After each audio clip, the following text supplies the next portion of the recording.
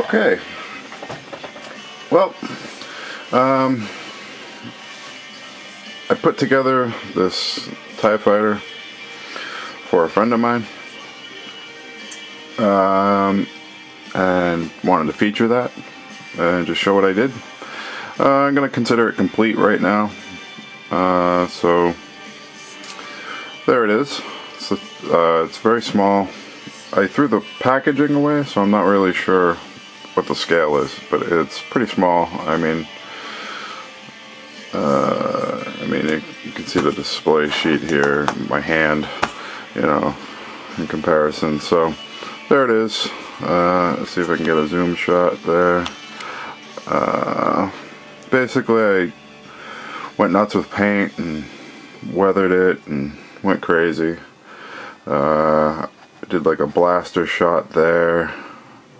Let's see if I can. I did some damage there.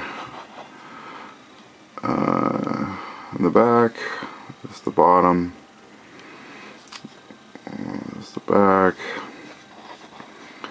and that's basically that. Just went nuts with some paint and stuff, and I think it looks sort of cool. I mean, for it was inexpensive model, about $10. So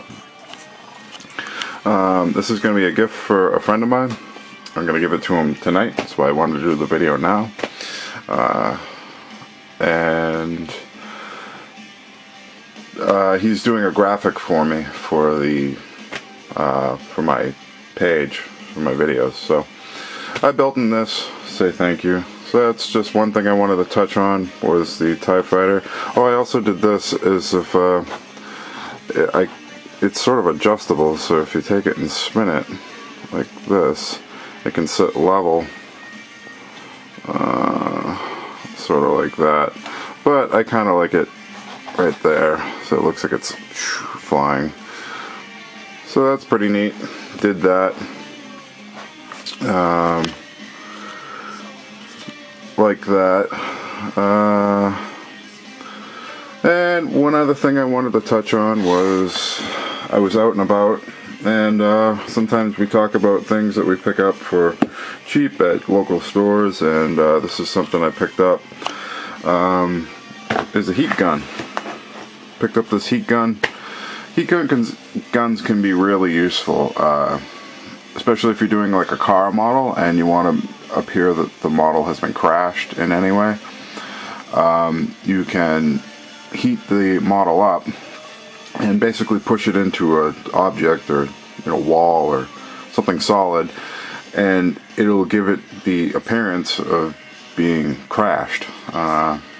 So, I mean, the heat guns have other uses that you can use them. This is supposed to be a paint stripper, but I'm going to use it as a heat gun. You can use it for a shrink tube, all sorts of things. So it was $10,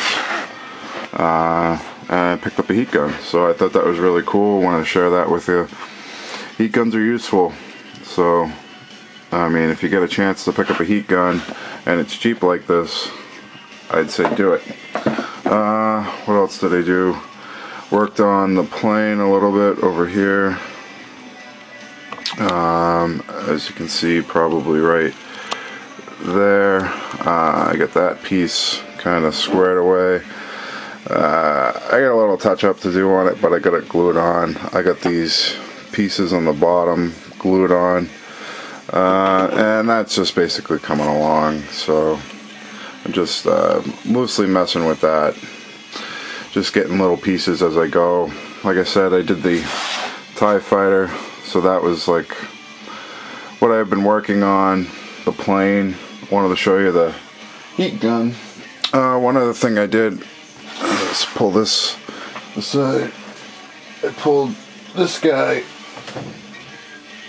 off the shelf.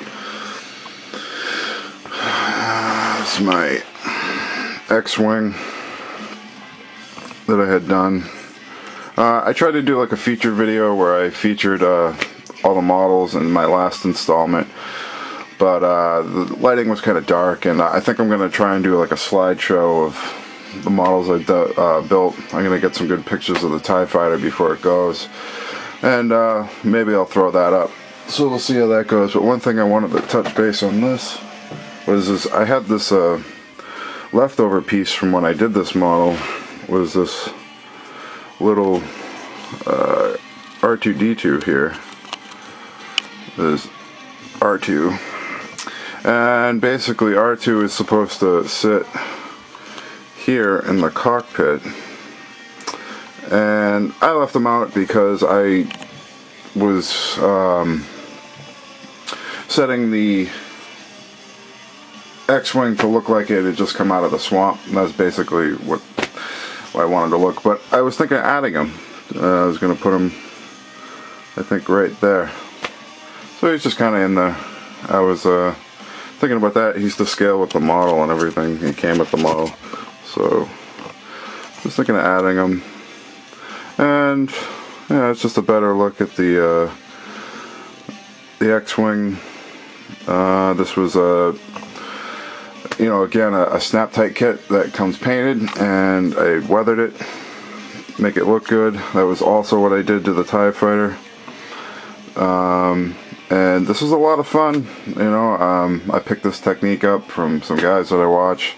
I think Model Man Tom did the exact same X-Wing. This is why I bought it and why I did it, because I wanted to try the technique of washes and weathering. So I did, and it worked out good. I learned a little bit about it.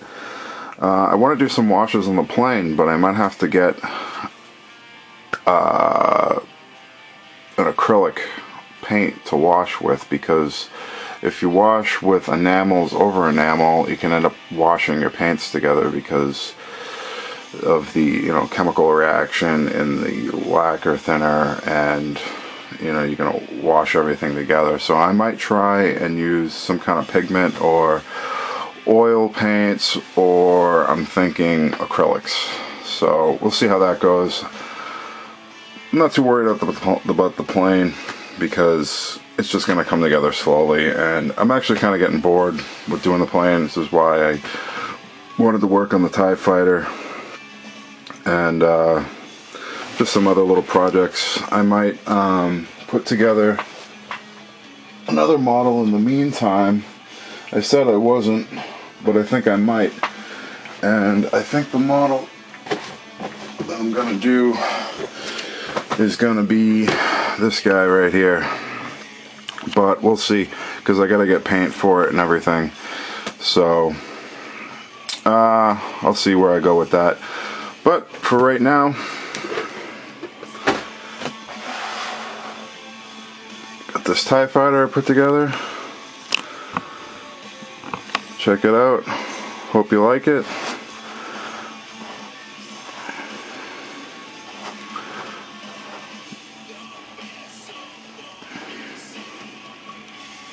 There it is. Get some more light on it.